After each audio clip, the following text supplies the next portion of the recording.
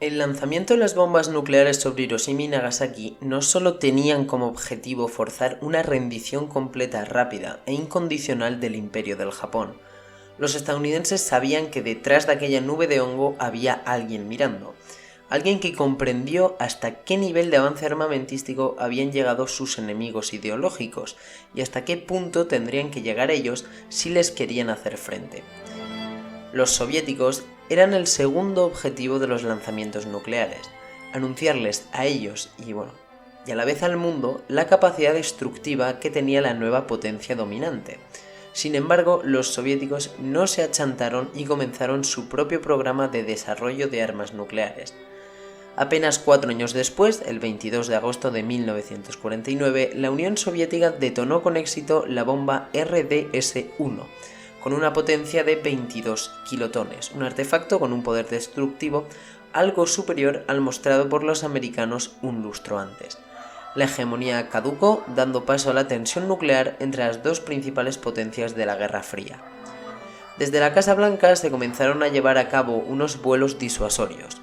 En estos vuelos, bombarderos B-52 cargados con bombas nucleares se acercaban a las fronteras de la URSS para luego regresar a Estados Unidos. Una de estas rutas repostaba la ida sobre Zaragoza y a la vuelta sobre el pequeño pueblo almeriense de Palomares, que se convertiría en la tercera población habitada sobre la que caerían bombas nucleares.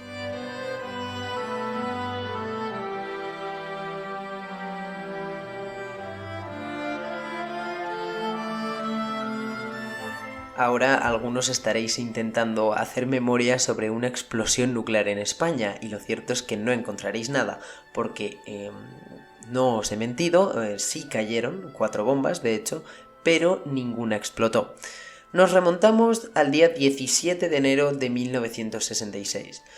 Es una mañana tranquila de uno de los primeros días del año y como de costumbre los agricultores locales salen a trabajar sus tierras, cuando de repente ven una bola incandescente en el cielo.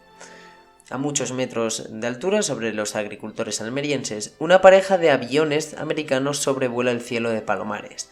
Están regresando de la frontera soviética y se disponen a repostar a las 10 de la mañana.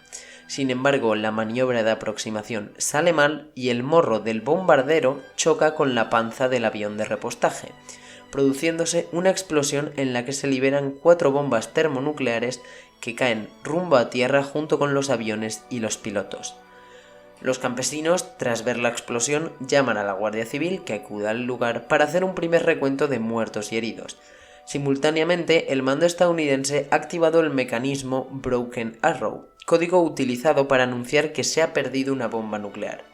En 45 minutos, el presidente Lyndon B. Johnson ya está al corriente y ya hay desplegado un campamento para comenzar a actuar sobre lo sucedido.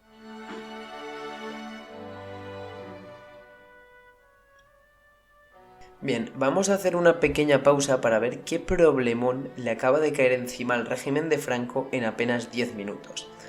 En la costa almeriense, a las 3 del mediodía de ese mismo 17 de enero, se hallan 4 bombas de hidrógeno B-28 RI con una potencia de 1,5 megatones, es decir, 75 veces más potentes que las arrojadas sobre Hiroshima y Nagasaki.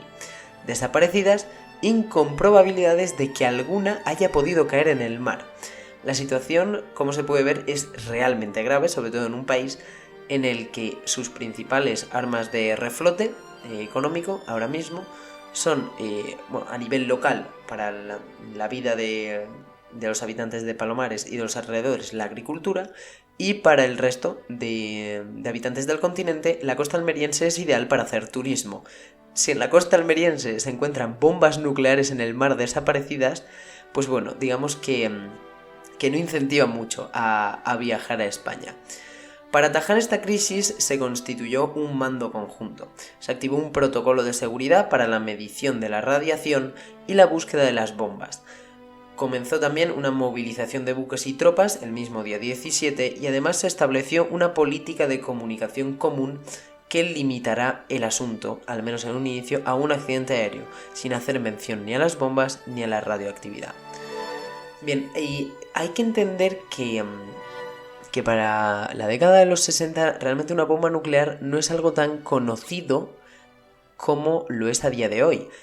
Es decir, la gente sí conocía lo que había ocurrido en Hiroshima y Nagasaki, pero, por ejemplo, el elemento, creo yo, más básico del conocimiento sobre un objeto es saber cómo es.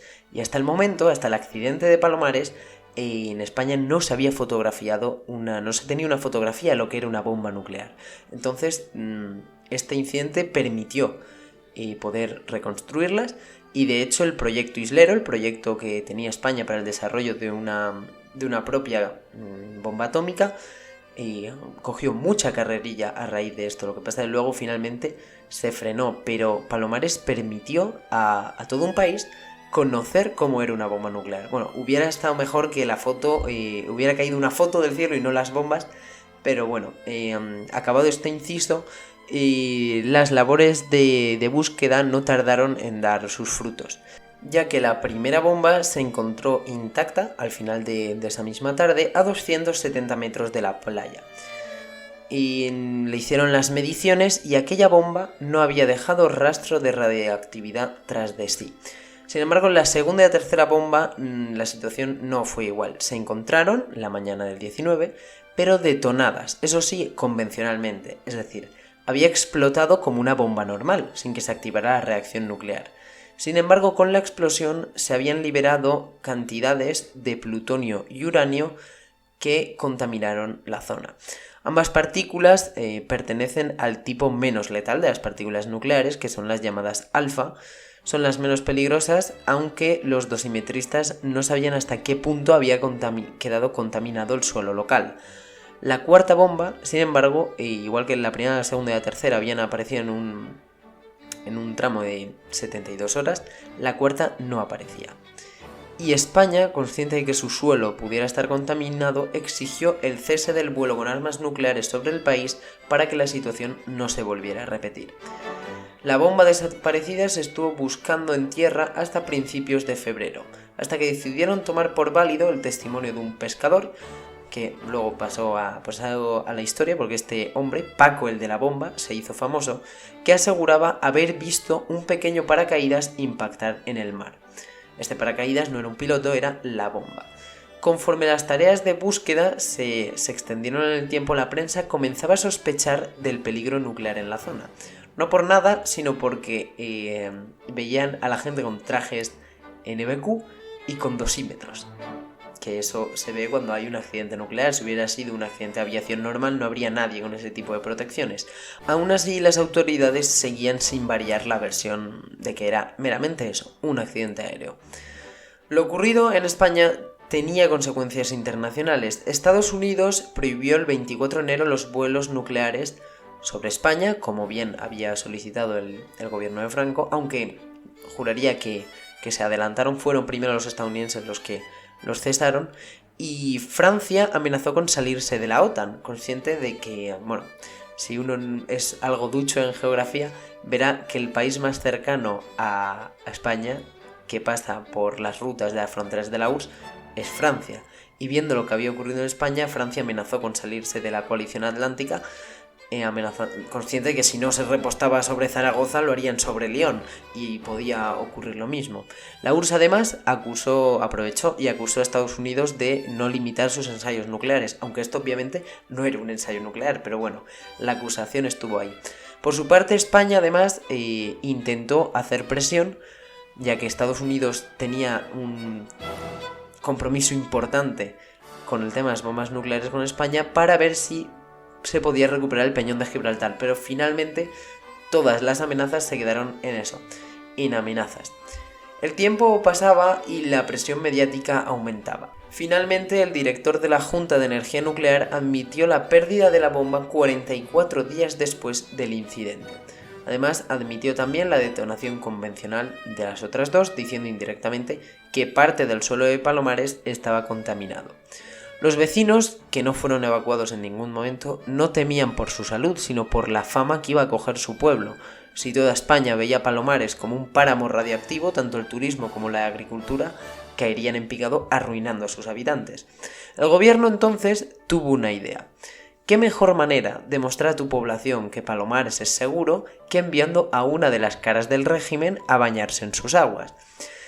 En la playa de Quitapellejos, el embajador estadounidense Anger Duque y el ministro de Información y Turismo Manuel Fraga se dieron un baño delante de todas las cámaras que se encargarían de difundir por España. Es decir, si el ministro de Prensa y de Información se está bañando en Palomares, quiere decir que es segura, y al final la jugada salió bien porque aparte de lo llamativo del acontecimiento, pues encima ver a un ministro bañarse era sin duda, fue una campaña de marketing estupenda. El 27 de enero, ya con a la población relativamente tranquila al haber visto a su ministro bañarse y que no le ocurriera nada, el 27 de enero la Armada estadounidense movilizó 2 submarinos especiales para la búsqueda marina, porque lo cierto es que ya comenzaban a pasar más de un mes y la bomba no aparecía. Su llegada provocó un viraje en la comunicación del acontecimiento. La prensa, sabiendo que no había bombas en tierra, se centró en la llegada de los estadounidenses, sus submarinos y sus esfuerzos, dejando a un lado la posible contaminación. Es decir, empezaron a darle bombo a todo lo que llegaba que era americano. En vez de decir o de centrarse en la posible contaminación de Palomares, la información estaba en el mar y en la búsqueda en el mar. Y como el mar habían visto que era seguro porque se había bañado el ministro, pues en teoría ya no había de qué preocuparse.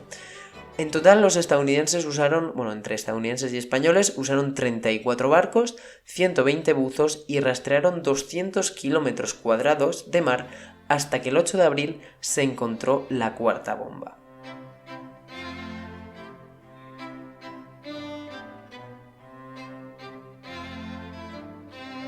El incidente aún así no había terminado. Mientras se realizaban las tareas de búsqueda, los dosimetristas estadounidenses negociaron con la Junta de Energía Nuclear para cómo gestionar los residuos. Con las explosiones convencionales de 2 de las 4 bombas había bastado para intoxicar las 226 hectáreas de campo almeriense que se vieron afectadas por el accidente. Se decidió que la tierra contaminada, con más de 60.000 cuentas por minuto, la cuenta por minuto mide una desintegración radiactiva, y las que eran superiores a 60.000 cuentas por minuto serían enviadas en barriles fuera de España, a un cementerio nuclear en Carolina del Sur. Y luego la tierra con 40.000 cuentas por minuto o menos se reenterraría a 10 centímetros en el propio suelo de Palomares. Finalmente, algunas personas desarrollarían cáncer a pesar de las previsiones estadounidenses que procuraron, al gobierno español ya tuvieron el trato de gestionar los residuos y ayudar con el accidente, pero a la población civil le pagaron una compensación económica a los habitantes e instalaron una desalinizadora para ayudar a la agricultura local. Con todo, al final las únicas víctimas de estas 4 bombas de hidrógeno fueron 7 de los 11 tripulantes de los aviones estrellados, que fallecieron con la explosión. Tras todo lo sucedido en España, 2 años después, en la isla de Thule, en Groenlandia, ocurrió otro accidente igual, cayendo de nuevo 4 bombas termonucleares de un B-52.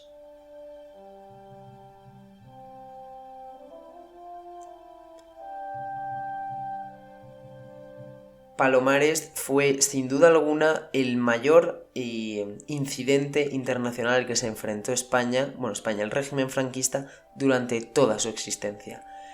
Una bomba termonuclear es un asunto muy serio y si además te caen 4 y una encima en el mar, pues el temperamento y la gestión al final de estadounidenses y españoles permitió que no ocurriera nada. Finalmente no se tiene un registro muy exhaustivo de los afectados de Palomares, porque al final 226 hectáreas de terreno es mucho terreno, y es probable que algún civil falleciera debido a la ingesta del desarrollo de alguna enfermedad debido de la radioactividad.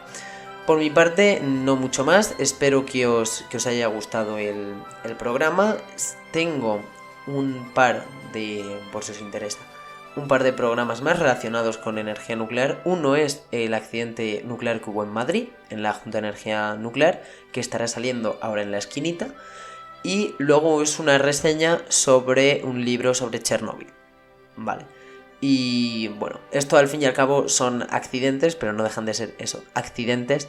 Y en este caso tiene un componente militar, pero la energía nuclear como tal, todos sabemos los usos que se les dan, que es lo normal es que sea o médica o energética. Por mi parte, no mucho más. Si os ha gustado el programa podéis dejar un like, un comentario si tenéis algo que decir, os podéis suscribir y nos vemos en el próximo programa.